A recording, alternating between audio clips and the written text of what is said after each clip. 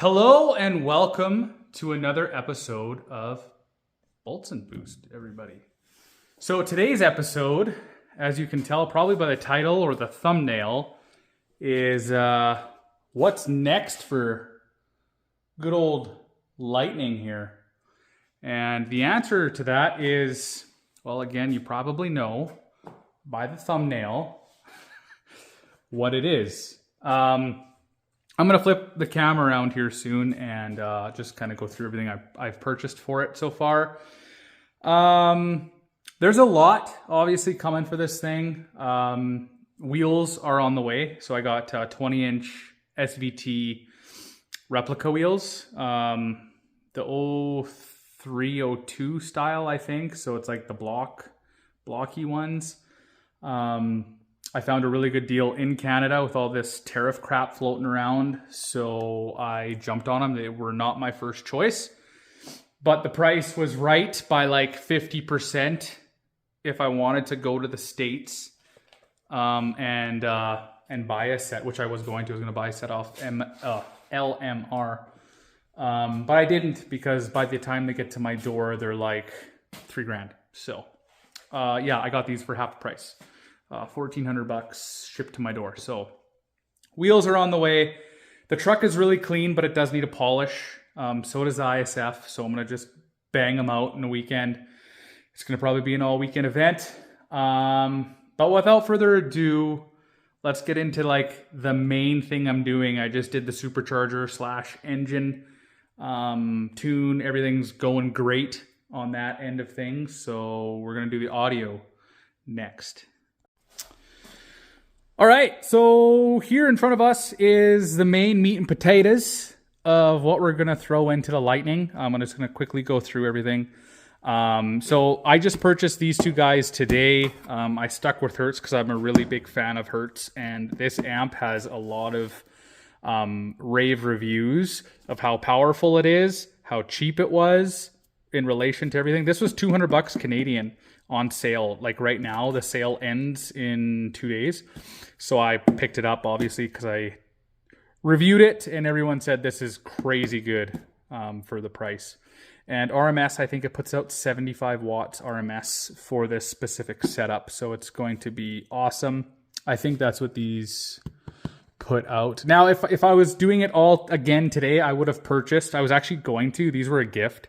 So I'm going to throw them in the truck and just run them for now. They're 6x8s. I would have put 6.5s in there, maybe some components. But for now, I'll run these because they were a gift, and someone went out of their way to buy a very nice speaker for me. So I'm going to leave those in. It's going to be powered by this guy, and the match for them is very good. I thought I read somewhere where the power... I won't get into it. They're 180 watt peak. Yeah, I looked at them before online and they're pretty well matched. So 4 channel amps going in, going to power 4 speakers, doors, rears. I have the same Hertz CBA 250 in my daily truck right now, which I haven't had a chance to do a video on. But this thing is the cat's butt, man. This thing pounds hard. This sub enclosure and amp, everything included, was on sale for $298. Again, rave reviews on it. And from what I understand from the guys I bought it off of at Visions here, they were saying there was some competition between them and Alpine on who can make the best unit for cheaper.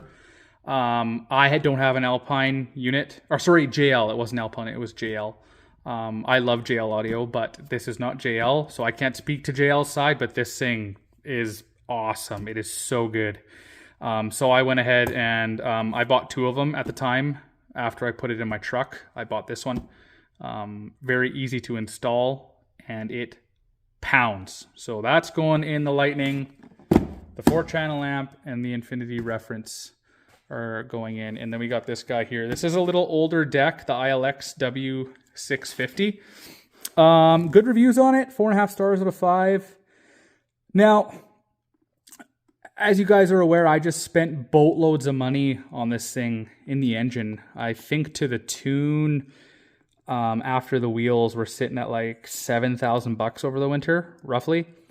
So I wanted a nice audio setup, and trust me when I say anything is better than what's in there now. This thing sounds like a tin can. It has an aftermarket deck in it, and it's a good one, but the speakers in this are just horrible.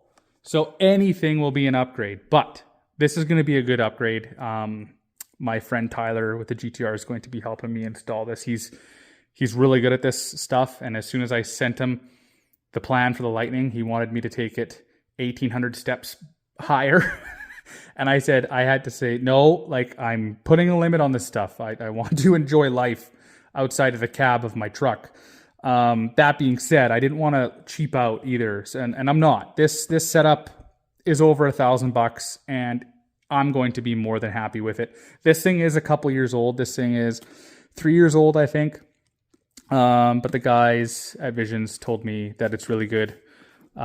Plus I read reviews on it. Obviously not everything's perfect, but this thing was, what was it? $360 on sale. So $360, $200. So that's $560.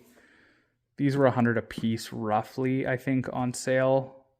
So $760, and this thing was $300. So over $1,000. Everything luckily was on sale. So I lucked out there. But yeah, that's the next big thing for this thing. So once we install it into Lightning, I will take you guys with me.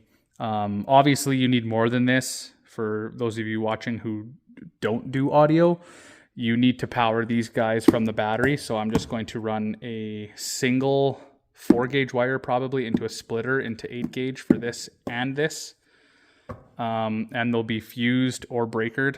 I'm not sure which one yet. That's another thing that Tyler told me to do, is maybe put a breaker on it. So might do that. I don't want to alter the truck in any way, shape, or form.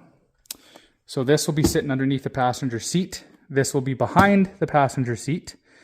And yeah, we're going to go throw this in. I ended up buying the brake bypass for this. I heard that you need it if you want to run Bluetooth while you're not stopped, or if it's hooked up properly. So I said the hell with that. I don't care about videos. I'd never watch videos on my decks in my vehicles anymore. If I did, I would have bought an Android deck, and I'm just not interested in that. But I do want to use Bluetooth whenever I want. So I bought that bypass. Some people are like, why didn't you just buy an Android deck? Because I've had many, many, many Android decks. I get a lot of vehicles in Japan, and usually I throw them in there right away. And I haven't been impressed with a lot of them. You spend $200-300 on them, and they never save your settings. At least the ones that I purchased never save your settings. They're very slow to use sometimes, and the audio is not the greatest. So those are the 3 main reasons. I want good audio in the SVT Lightning, so I went with an audio-focused deck. But there we have it, everybody. That's the next big project for the Lightning, and I hope you guys come along and watch the episode. But that's all I got for you now. All right, everybody. Peace.